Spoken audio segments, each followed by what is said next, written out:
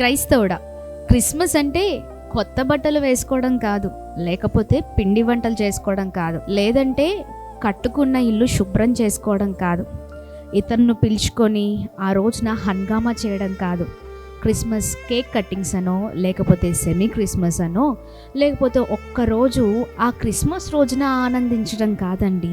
Christmas అంటే నిజమైన క్రీస్తు మన గుండెల్లో పుట్టడమే క్రిస్మస్.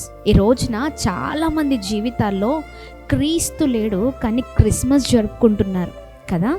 నిజమైన క్రిస్మస్ ఎప్పుడంటే నీ గుండెల్లో, నీ జీవితంలో, నీ బ్రతుకులలో ప్రభు పుట్టినప్పుడే. ఆయన లేకుండా ఎన్ని హంగామాలు చేసినా, ఆయన లేకుండా ఎన్ని సంవత్సరాలు క్రిస్మస్లు జరుపుకున్నా ఆ క్రిస్మస్లకు అర్థాలు లేవు. అందుకనే నిజమైన క్రైస్తవుడు క్రీస్తును కలిగి ఉన్నప్పుడే నిజమైన క్రైస్తవుడు అవుతాడు. ఈ రోజున నీ గుండెల్లో క్రీస్తు పుట్టాడా?